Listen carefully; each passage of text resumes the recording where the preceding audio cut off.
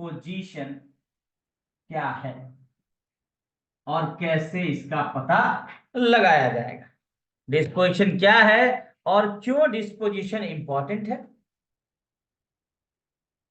तो डिस्पोजिशन का अगर तुम डेफिनेशन समझोगे तो लिख लो, disposition is a genetic trait. Disposition क्या एक जेनेटिक ट्रेट है which individualize the person to another person। Disposition का जो डेफिनेशन है कि डिस्पोजिशन क्या है, disposition is a genetic trait. ये एक आनुवांशिक गुण है जो एक इंसान को दूसरे इंसान से इंडिविजुअलाइज करता है। समझा कुलदीप? एक इंसान को दूसरे इंसान से अलग करता है, उससे डिस्पोजिशन बोलते हैं। और होम्योपैथी में ना दोस्तों, होम्योपैथी में हम किसका इलाज करते हैं? हम इलाज करते हैं एक इंडिविजुअल का, एक सिक पर्सनालिटी का इलाज करते हैं। दैट मीन्स एक इंसान का इलाज करते हैं। तो वो इंसान कैसे एक दूसरे से अलग है, क्योंकि देखो भले ही हमें फीवर है और कुलदीप आपको भी फीवर है, हम दोनों को फीवर है, लेकिन हम दोनों अलग अलग इंसान हैं, अलग अलग व्यक्तित्व हैं। तो उस बीमारी में हम अलग अपने अपने डिस्पोजिशन के अकॉर्डिंग हम अलग बिहेव करेंगे, और उसी सेम फीवर में आप अपने डिस्पोजिशन अपने प्रवृत्ति के हिसाब से अलग बिहेव करोगे। तो आपका वो जो डिस्पोजिशन, आपका वो जो ट्रेट, आपकी वो जो क्वालिटी जो आपको उसी सेम बीमारी में हमसे अलग कर दे रही है और हमको उसी सेम बीमारी में आपसे अलग कर दे रही है, उसी जेनेटिक ट्रेट को डिस्पोजिशन कहेंगे। अब इसीलिए हनीमैन साहब ने अपने एफोरिज्म के दौरान, एफोरिज्म नंबर 212 और 213 में कहा कि disposition of the patient often chiefly determine the selection of the homeopathic remedy। कहा कि ये जो इंसान का डिस्पोजिशन है ना, वो चीफुली डिटरमाइन करेगा, दैट मीन्स उसकी प्रवृत्ति। अब इस डिस्पोजिशन को और किन किन शब्दों से हम पकड़ सकते हैं होम्योपैथी में? देखो, डिस्पोजिशन क्या था? एक अनुवांशिक गुण था। अब ध्यान देना, इसी डिस्पोजिशन को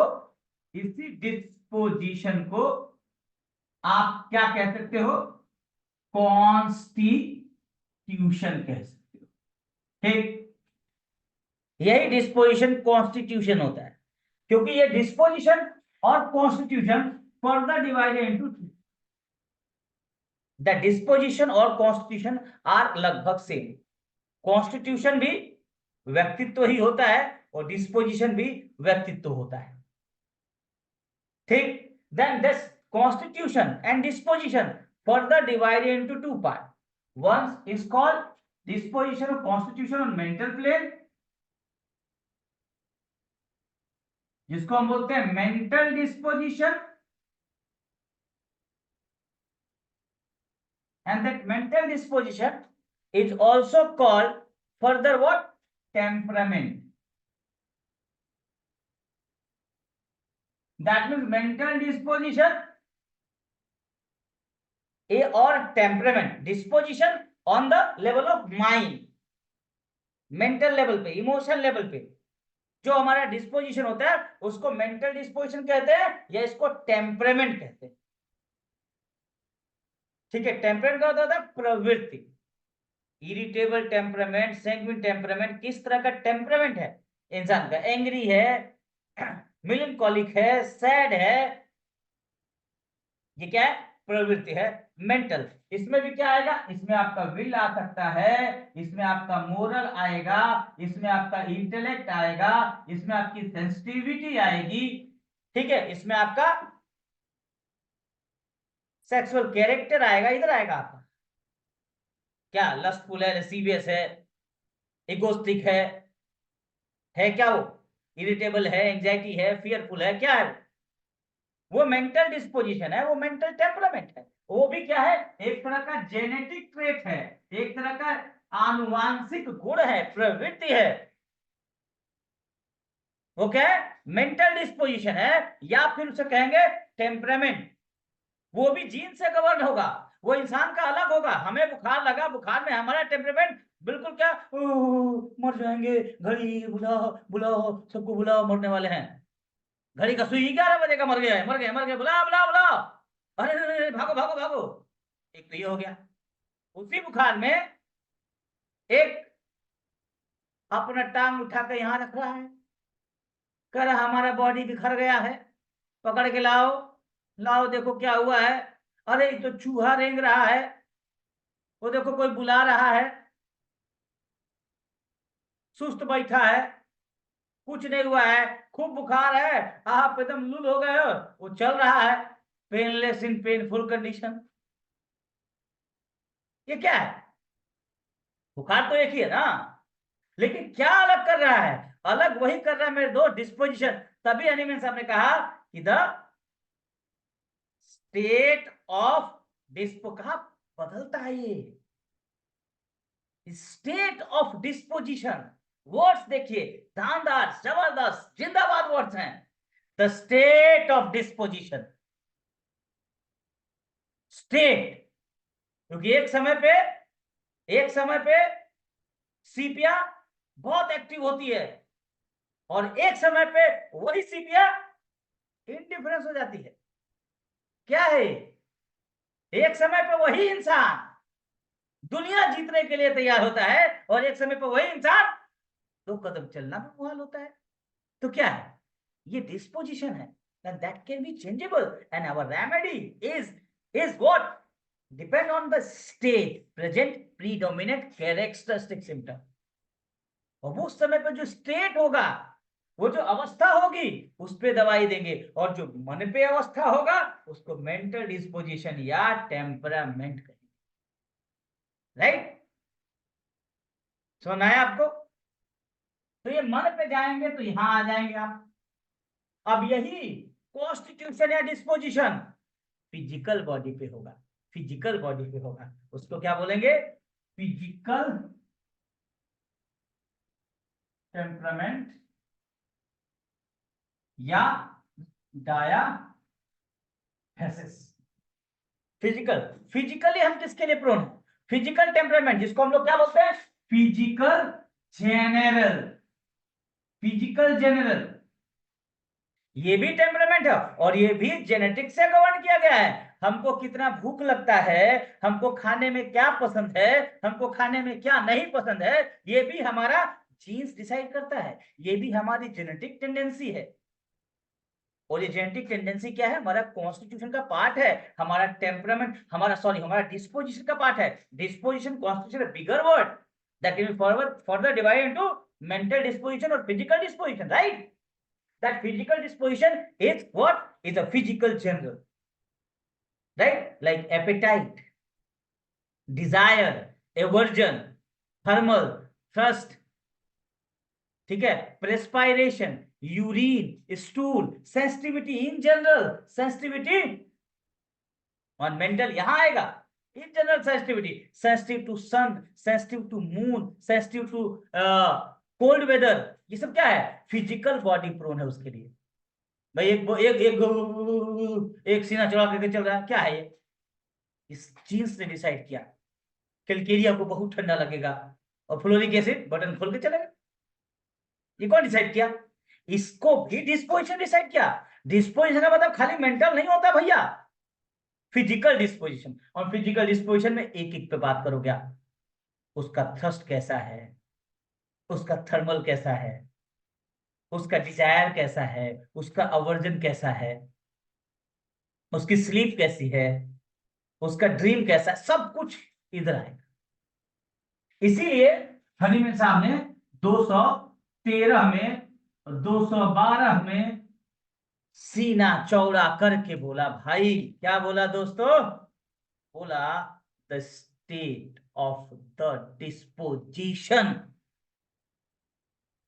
of the patient chiefly determine the selection of a homeopathic remedy। समझ रहे आप लोग? बोला ये इंपॉर्टेंट है, इसके बिना आप देखो बहुत so disposition, I hope Kuldeep, hope you understand the disposition ji and boss. how we tackle the disposition is the part of physiognomy, is the part of emotion।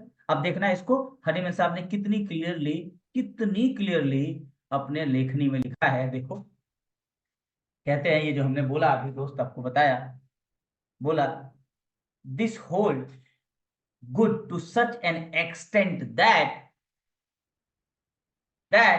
The state of disposition, ध्यान दो भैया, the state of PTC नहीं बोला, हाँ फलनामा दवाई देना, टिमकनामा दवाई देना और इसे देख देख के देना ना, ये सब नहीं बोला। इसको समझेंगे तो शायद आप समझ पाए कि होम्योपैथी का लेवल क्या है। We all are genetic engineer दोस्त, we all deals with genetics दोस्त। क्योंकि जब जब बात सिक की आ गई ना, सिक की, तो पूरा का पूरा इंसान के व्यक्तित्व की, और इंसान का व्यक्तित्व कौन बनाता है जी? जेनेटिक एक्सप्रेशन होता है। तो बोला the state of the disposition, देखो the disposition the god, the homeopathy, the sun, the India, मतलब आपको पता है कितना वेटेज दे रहे हैं। Of the patient often chiefly determined the selection of the homeopathic remedy। आगे बोला as being, देखो as being और डिसाइडेडली यही डिसाइड करेगा, अंत में औषधि का चयन यही डिसाइड करेगा। Characteristic symptom which can least all remain concealed. और देखो नीचे क्या बोला, द क्रिएटर ऑफ थेरेपेटिक्स, ये भगवान, ये जो थेरेपेटिक के जो क्रिएटर हैं, हैज ऑल्सो, देखो ना, has also had particular regard. Word देखो, पर्टिकुलर रिगार्ड दिया गया, क्या किसको? This main feeling of all disease, this main feeling. वो मेन फीलिंग क्या है? द स्टेट बोला, यहां क्या बोला? The altered state of disposition है। जो अंत में क्या बोला? And every medicine does so in different manner, हर दवाई अपने अपने डिस्पोजिशन को अलग अलग मैनर से शो करेगा। और देखो क्या बोला, 213 में क्या बोला दोस्त? वी शेल देयरफॉर, हनीमैन साहब कंक्लूड कर रहे हैं, we shall therefore, that means हमें बोल रहे हैं कि हम होम्योपैथिक डॉक्टर, सीधी शब्दों में कहा जाए, मेंटोज खाके सीधी बात नो बकवास, बोले सीधी बात नो बकवास, क्या कह रहे हैं कि we shall therefore never be able to cure conformably to the nature, that is to say homeopathically,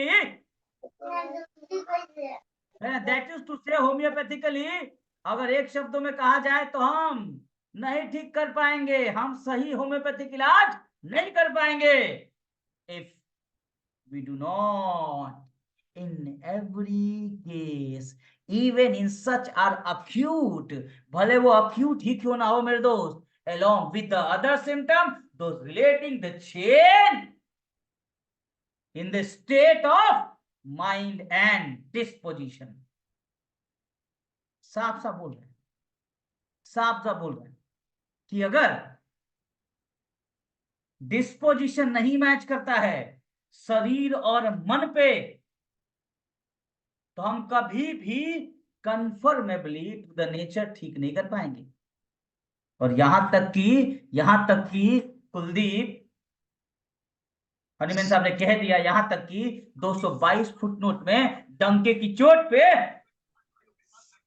जिसको सब ध्यान से देख लें, ये जो आज आप लोग का ट्रेंड चला दिया है आप लोगों ने कि रात को नक्श भूमिका, क्या दे दो, रात को नक्स भूमिका दे दो और सवेरे सल्फर दे दो, कॉन्स्टिपेशन टूट जाएगा। टॉन्सिल हुआ है तो बराइटा कार्ब दे दो, पाइल्स हो गया है तो स्कूलस दे दो। ये जो दिमाग में आप लोगों को चल रहा है ना, इस पे ब्रेक लगाइए हो भैया। हनीमैन साहब साफ साफ कहते हैं, सीधे शब्दों में कहते हैं कि अगर आपने डिस्पोजिशन का ख्याल नहीं रखा, अगर आपने सिक का ख्याल नहीं रखा, सिकनेस पे दवाई दे दी, डिस्पोजिशन बराबर सिक, क्योंकि disposition is a genetic trait, ये एक अनुवांशिक गुण है जो एक इंसान को दूसरे इंसान से अलग करता है। उस पे आपका प्रिस्क्रिप्शन बेस होना चाहिए, ना कि उसकी पैथोलॉजी पे या कंपनी का मार्जिन पे, ना, कभी नहीं कि हाँ ज्यादा मार्जिन है तो यहां चलेंगे, ना भैया, कभी मत जाइएगा। सिद्धांत किधर गया आपका? इस सिद्धांत से आप होम्योपैथी को दुनिया के नंबर 1 विधा में शामिल करोगे। सिद्धांत को पढ़ के, सिद्धांत को देख के, इसे देख के आप दुनिया में 1 नंबर पे लेके जाओगे इसको, ठीक है? इसे देख के, ना कि पीटीसी दे के, ठीक है? ये सब देख के नहीं होगा, इससे कुछ नहीं दुनिया आगे जाएगी। कुछ लोग बोलते हैं कि हम दुनिया में 1 नंबर पे ले जाएंगे, और इसे नहीं लेके जाएंगे 1 नंबर। सिद्धांत पे चलेंगे तो आप 1 नंबर पे लेके जाएंगे, फिलॉसफी पे चलेंगे तो 1 नंबर। यही बात थी, तो हनीमैन साहब काहे ऑग्नेन देते, काहे होम्योपैथी लेके आते भाई? अगर वही करना था उनको तो उनसे बढ़िया कोई कर पाता क्या? क्या बोला? कहा कि अगर आपने डिस्पोजिशन का ख्याल नहीं रखा, अगर आपने मरीज के पूरे सिम्टम पे ध्यान नहीं दिया और खाली बीमारी पे दवाई दे दी, बीमारी के नाम पे दे दिया, आजकल नाम पे दवाई बनाते हैं लोग, तो सुन लीजिए आप लोग, भले किताब नहीं खोले होंगे, देख लीजिए यहां लिखा है क्या, 10 एकोनाइट will seldom और never इफेक्ट, चश्मा लगा लीजिए, का सेल्डम और नेवर इफेक्ट, और रैपिड और परमानेंट क्योर। थोड़ा मोड़ा हो जाएगा, सप्रेस कर लेंगे, लेकिन दोबारा आएगा, क्योंकि दोबारा कंपनी का दवाइयां बिकना चाहिए ना। एक फाइल में काम चल जाएगा तो कैसे चलेगा काम? एक तो गोली में काम चलेगा, कैसे चलेगा? हम लोग एक गोली में काम चलाते हैं, लेकिन उनका रेल जब तक रेल के नहीं बेचेगा तो काम कैसे चलेगा? तो बोला है 10 एकोनाइट will never effect a rapid or permanent cure in a patient of a quite calm equable disposition। देख लो, अगर वो शांत स्वभाव का इंसान है, एकोनाइट से काम नहीं चलेगा। एकोनाइट कितना भी दे दो, एक्यूट दवा ये काम करेगा नहीं करेगा। वैसे ही नक्स भूमिका वहां काम नहीं करेगा जहां पे बंदा माइल्ड जेंटल फ्लेगमेटिक हो, और यहाँ नक्स भूमिका चाप के रात को खिलाते हैं लोग, कॉन्स्टिपेशन ब्रेक हो जाएगा, पेट खराब हुआ खा लो, ठीक है, वहां तक चलेगा। If you want to cure grosser pathological condition with nux vomica, so nux vomica will never act conformably to the nature if the disposition is what, mild, phlegmatic, gentle। वैसे ही पल्सटेला काम नहीं करेगा अगर बंदा ऑब्स्टिनेट हो, को गैस बनता गप से पल्सटेला मार लेते हैं आप, है डिस्पोजिशन से एंग्री, खा रहे हैं पल्सटेला, नेवर एक्ट। और वैसे ही इग्निशिया काम नहीं करेगी अगर वो बहुत ज्यादा हंसमुख हो, उसकी जिंदगी में क्या ना हो, मॉडिफिकेशन ना हो, डिस्पोजिशन। यार यही असली होम्योपैथी है दोस्त, यही असली होम्योपैथी है, इसे ही होम्योपैथी कहते हैं। इसके अलावा होम्योपैथी कुछ और है नहीं। आप अगर मानो तो ठीक है, नहीं मानो तो भी आपका प्रॉब्लम है। कि जहां तक आपने हमसे पूछा डिस्पोजिशन, तो डिस्पोजिशन यही है। डिस्पोजिशन क्या है? एफोरिज्म नंबर 1 है, क्या है? the physician high and only mission is to restore the sick to health, to cure as it is done. That means the sick is disposition, the sick is constitution, the sick is vyaktitva, and the sick a disposition. That the sick is divided further the two part, a mental sick or physical sick, a mental disposition or physical disposition. Now it's your understanding how to use your science on the basis of mere conjecture or mere experiment on some intelligently perverted mind, or you using your science on the concrete philosophy of Master Honeyman given by the all. हमारे जितने master लोग दिया है उस पर practice करना चाहते हो कि ये आए बाएं साएं करने वाले लोगों को प्रैक्टिस करना चाहते हो, तुम पे डिपेंड करता है कि वो बोलने वाला इंसान कितना लर्नेड है। देता है कहाँ बोल रहा है, कहाँ पढ़ा है, किधर पढ़ा है, कहाँ लिखा है। कोई भी बोल देगा है बड़ा मंच करके तो मान जाओगे?